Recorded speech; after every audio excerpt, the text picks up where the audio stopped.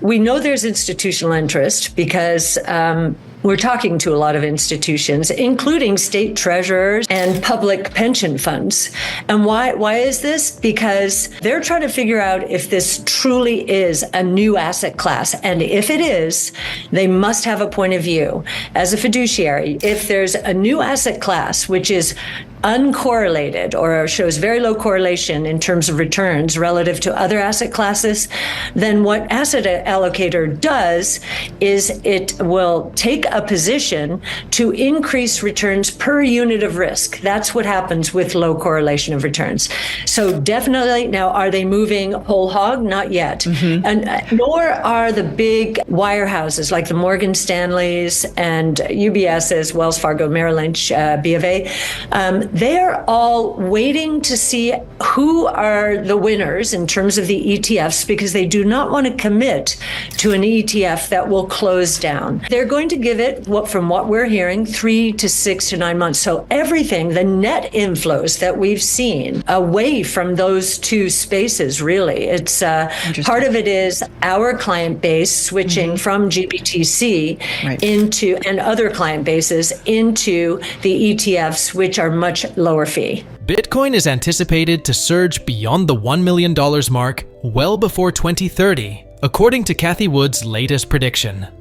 This remarkable forecast comes in the wake of heightened institutional interest and significant regulatory advancements, notably the approval of the first ever spot Bitcoin ETFs in the United States. Wood has expressed concerns about the widespread oversight of Bitcoin investment potential, emphasizing the criticality of seizing this opportunity before it slips away. Additionally, she delves into her macroeconomic perspective, offering insights into the broader economic landscape and potential trends shaping the future. Furthermore, Wood shares her insights on Tesla and AI, exploring their implications for transportation and technology. Viewers are encouraged to stay tuned until the end of the video, where Wood reveals why the Bitcoin ETF has yet to be fully priced in. Moreover, she notes that only a small percentage of her viewers are currently subscribed, urging them to consider subscribing or liking the video for more finance content. But before we proceed, please remember to show your appreciation for this video. Now let's continue with the video speaking. You're right. We were very early into NVIDIA 10 years ago when it was $5. Now it's roughly $800. We rode it most of the way up, but I'll tell you what we did. And this is, as a portfolio manager, it's not one action, but causes in terms of another action.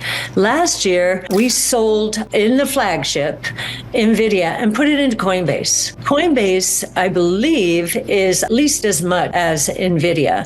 And it is much less well understood. The whole crypto movement, the crypto asset movement, Bitcoin as a new asset class and so forth, is not well understood or completely accepted out there. So we prefer to go where others are not traveling as much. And, as we were moving out of NVIDIA, we were saying, okay, regulators are trying to crush Coinbase here, and we were buying it on every dip. NVIDIA happened to be one of the sources for that purchase. So it's not just what we do on the sell side, it is what we do on the buy side that you have to look at. And yes, we do hold it in the more specialized funds, but we've been taking profits there as well for reasons I just described. The price came down a lot, we would. If you look at our portfolios, what we're trying to capitalize on with a Palantir, for example, are the next stages of this AI revolution.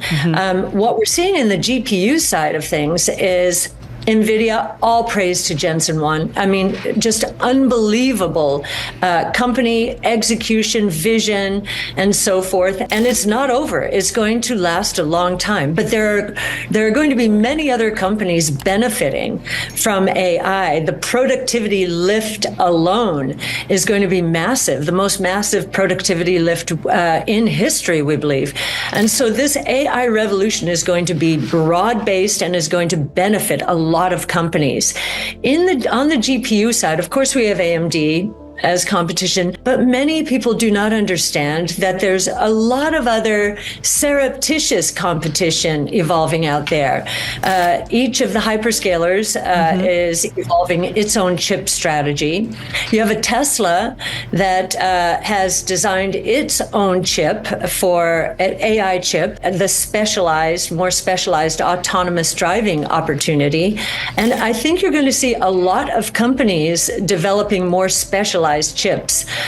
We know that NVIDIA, of course, will segment the market as well. So we just think that a lot of the assumptions for NVIDIA, that this is NVIDIA's market and it's alone, that those are changing. Yeah, so the biggest obstacle is staking. And I don't think the regulators will allow staking in this first round, if they allow the first round at all. We and one other firm will see our final deadline in May. If they reject our filings, then we'll have to refile. But my guess is they will move more now to a first come, first serve when this next round goes through.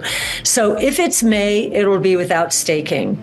If it's later, there's a better chance for staking. If it's in, I would say 2025, because I think legislators and legislation is starting to get involved here and taking it away from simply the regulators. It looks like that corporations are losing pricing power, and we are now beginning to see the unemployment rate move up. It went up to 3.9% in this latest report, from a low of 3.4%. So undeniably, it's on its way up now.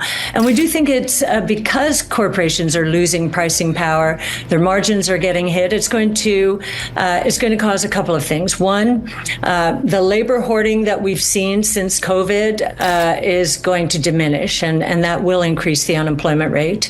But then the second thing is it will accelerate the adoption of technologies. Innovation solves problems, and one of the things that it does is increase productivity, increase efficiency, and create new products and services. So we're pretty optimistic about our strategy in this environment because interest rates should come down. I think that even the Fed is going to be surprised at how low inflation goes. We think it could be negative this year. Well, I think the 24-fold increase in interest rates in little more than a year has shocked the system.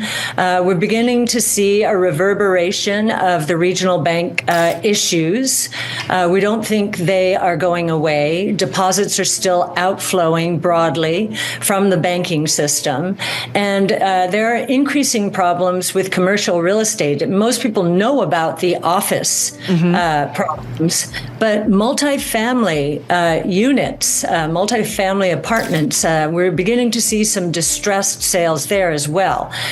So I think that problem isn't as well understood, I think, and it's going to cause the regional banks even more problems. It's not if, it is when. That's the most important reason. Interestingly, in his last conference call, Tesla's last conference call, Elon said, yeah, I know I've been wrong about it, so I'm not even going to make a projection. I actually thought that was good, and maybe it has a better shot now.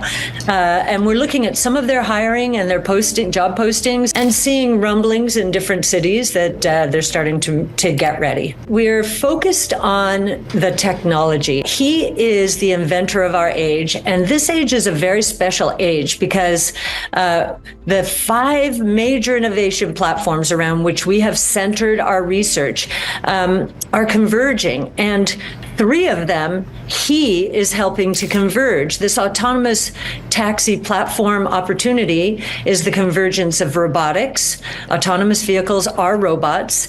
Energy storage, they will be electric. Right. And artificial intelligence, where those are 3 separate S-curves feeding each other and should lead to super exponential growth. He has understood this idea that technologies are going to converge with one another, And that is the way he's been thinking. He's first principles research. Just because something's been done one way for a very long time, think autos, doesn't mean it's going to remain that way.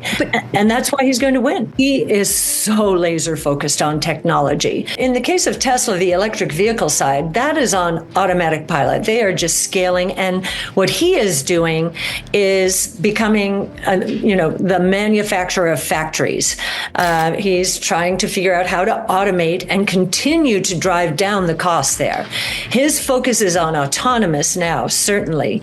And of course, you can say on X he's distracted, but he's really more focused on the innovation. How can I go back to the future where I started, which was in the payments app space, sold to PayPal?